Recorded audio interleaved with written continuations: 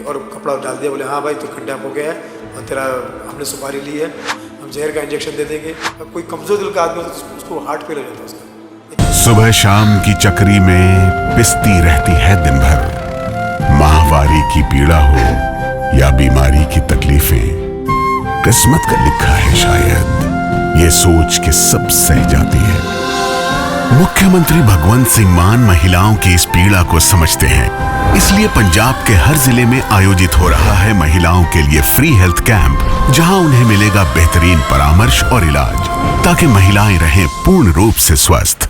देखिए 2 दिसंबर का एक शो था जिसके लिए एक हफ्ते पहले मुझे फ़ोन आया था कि मैं अनिल बोल रहा हूँ, आपका एक प्रोग्राम करवाना है हरिद्वार में। मैंने कहा हाँ यार, हरिद्वार तो बड़ी सी जगह है, मुझे जाने का सपना भी मेरा। तो बोले सर ठीक है, तो एक बर्थडे शो है और रेडिसन में आपको रुकना है और वहीं आपका शो भी है। मैं कहा ठीक है। तो पेमेंट की बात हुई, उन्होंने टोकन अमाउंट भी भेज दिया, टिकट भी भेज दिया और मैं दरभंगा से दिल्ली पहुंचा 6 बजे, स्पाइस जेट की फ्लाइट पर 6 बजे पहुंचा। वहाँ एक गाड़ी मुझे लेने आई, इनका फ़ोन आ गया, अरे सर वेलकम वेलकम, आप एक काम कीजिए सर, दिल्ली सेकंड टोल नाके पे रुक जाइएगा। मतलब क्यों? बोले आपको पूरा पेमेंट हम यहीं कर देंगे, आपको टोकन दिया था, पूरा पेमेंट यहीं कर देंगे, हम नहीं चाहते कि आपको कोई रिस्क हो। मैंने कहा वेरी गुड। वहाँ पहुँचे हम लोग, तो वहाँ इसका फ़ोन आया, बोले सर एक काम कीजिए, ये गाड़ी यहाँ छोड़ दीजिए, दूसरी गाड़ी आपको लेने आ रही है, आप आगे आ जाइए, मैं आपको आगे मिलता हूँ। तो वैसे भी लेट हो रहा था और बंदा ठीक से बात ही कर रहा था, तो मैंने सोचा कोई जेन्युइन बंदा ही होगा। फिर मैं तो उस दूसरी गाड़ी में बैठ के गया, तो 2 लोग जो मुझे लेने आए थे वो फिर अच्छी अच्छी बातें करने लगे कि मैं आपका फ़ैन हूँ, ये है वो है। चली जा रही गाड़ी और 1-1.5 घंटे बाद गाड़ी किसी सुनसान जगह पे रुकी। सामने एक मारुति कार थी, उसमें से 2-3 मुस्टंडे निकले, एक इधर बैठ गया, एक इधर बैठ गया। बोले कि और कपड़ा डाल दिया, बोले हाँ भाई तू किडनैप हो गया है और तेरा हमने सुपारी ली है, हम चिल्लाना मत, शोर मत करना साले, नहीं तो जानते नहीं हम लोग कितने खतरनाक है, हम जहर का इंजेक्शन दे देंगे, हम या तो तुझे नदी में फेंक देंगे या चाकू मार देंगे या बंदूक, हमारे पास सब है। चलो चलो इस काम करो, इसको फार्म हाउस में लेके चलो। और जो 2 लोग लेने आए थे उनका भी सुर बदल गया, वो भी गाली गलौज करने लगे। फिर एक घर में लेके गए, वो 2 माले का घर था। वहाँ पट्टी खुली तो वहाँ देखा डिम लाइट थी और 6-7 मुस्टंडे, किसी के मुंह पे पट्टी बंधी, किसी के नहीं, ऐसे थे। और सब लोग मुझे धमकाने की कोशिश कर रहे थे, डराने की धमका कर, ये हो गया, अब तू मारा जाएगा, कल तुझे फेंक देंगे, नदी में फेंक देंगे, कल पहाड़ से फेंक देंगे, फला कर देंगे, ये कर देंगे। मतलब कोई कमज़ोर दिल का आदमी होता तो उसको हार्ट फेल हो जाता उसका, इतना बुरा बर्ताव कर रहे थे वो। फिर बोले 20 लाख रुपए चाहिए, तो 20 लाख रुपए ला के दे। मैंने कहा 20 लाख रुपए कहाँ से ला के दूँ मैं, मेरे पास कहाँ से होगा। बोले नहीं, तो फिर ये, तो मैंने कहा भाई मुझे एक काम करो, मुझे अभी ही छोड़ दो, मेरे साथ चलो, मैं कहीं कुछ ट्राई करता हूँ, जितना मिल जाएगा आपको दे देता हूँ, मुझे छोड़ दो, रात को ही छोड़ दो, मुझे बस स्टॉप पे छोड़ देना, मैं वहाँ रात को सोऊंगा, सुबह पहली बस पकड़ के निकल जाऊँगा। नहीं बोले तब नहीं छोड़ेंगे, एक काम करो, इसको खाना खिलाओ, और खाना भी खिलाया और मुझे बोला कि अभी आराम कर, सुबह बात करते हैं। तो सुबह सब लोग आए और सुबह आके कहते हैं कि हाँ भाई 15 लाख दे दे। फिर बातचीत हुई, बोले ठीक है 10 लाख में लॉक कर देते हैं, जा तू बाल बच्चों के साथ खेल, हाँ हमने तुझे आज़ाद कर दिया, जा खेल। और मुझे आंखों में पट्टी बांध के पीछे वाली सीट पे लिटा दिया, ना किसी को देखेगा ना किसी को दिखेगा।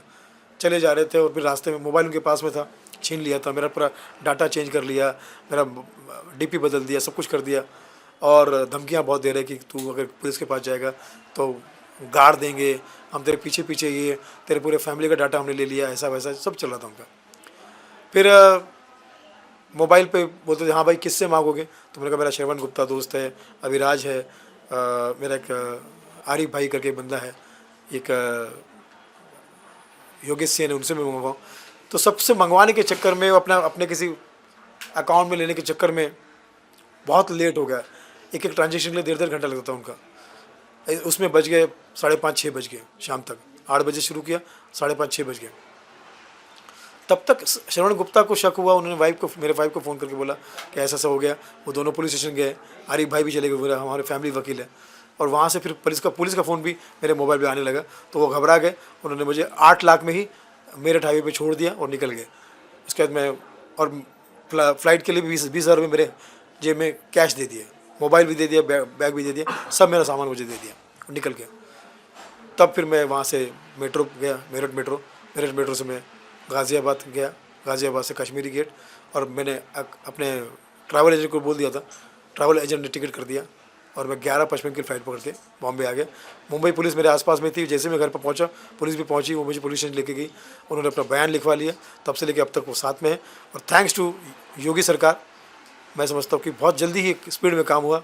और हमारे यूपी पुलिस को, मेरठ पुलिस को धन्यवाद कि 3-4 दिन में ही उन्होंने मेन जो थे उनको पकड़ लिया। खासकर उस बंदे को जो लेने आया था, वो पहले दिन पकड़ा गया जिसके पैर में गोली लगी थी, और बाकी लोग भी पकड़े गए।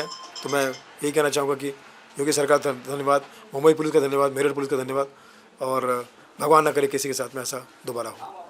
ये तो सर पूरी इंसिडेंट आपने बता दी। अब ये इंसिडेंट सुनने पर मेरे मन में ढेर सारे सवाल आ रहे हैं। स्टार्टिंग से आते हैं, जब कॉल आया तो आपकी टीम से आपके साथ कोई भी नहीं? 25 साल में आज तक मेरे साथ कोई नहीं है, कोई नहीं जाता। मैं तो ऐसी जगह पे जा चुका, छोटे छोटे गाँव में, जहाँ पर बस भी नहीं जाती, ट्रेन भी नहीं जाती, कभी ऐसा हुआ नहीं, आज तक नहीं हुआ। अब ये हुआ है तो अब कह रहे हैं ना, कोई नहीं साथ, अब बिल्कुल कोई साथ में होगा, हमेशा होगा। तब तक कभी हुआ नहीं। हज़ारों शो कर चुका हूँ मैं, देश विदेश में कर चुका हूँ। और जब आपने रेस्टोरेंट में बैठे कॉफ़ी पीने के लिए, आपने सेकंड टोल पे जैसे आपने कहा, तो जो आपके साथ थे किडनैपिंग के बाद भी आपके साथ थे वो? जो पहली गाड़ी थी वो तो निकल गई थी, दूसरी गाड़ी में जो लोग साथ में, वो वही लोग थे, किडनैपर ही थे वो 2 लोग थे जो ना, ड्राइवर और जो बंदा लेने आया था ना, वो किडनैपर ही थे। और उनका व्यवहार? उनका शुरू में बहुत अच्छी बातें कर रहे थे, लेकिन जैसे जब उनके 2 लोग और मिल गए सुनसान सड़क पे, जब उनका पूरा मामला कंट्रोल में आ गया, रात के 11:30-12 बज चुके थे, तो फिर उनका टोन भी चेंज हो गया। वो उन्होंने बता दिया कि हम सब एक ही ग्रुप के लोग हैं और हमारी साजिश थी। हमसे जुड़े रहने के लिए हमारे YouTube चैनल को सब्सक्राइब करें और नई वीडियो की नोटिफिकेशन के लिए बेल आइकॉन को दबाएं। अगर आप ये वीडियो Facebook पर देख रहे हैं तो लाइक जरूर करें और ज्यादा से ज्यादा शेयर करें। धन्यवाद।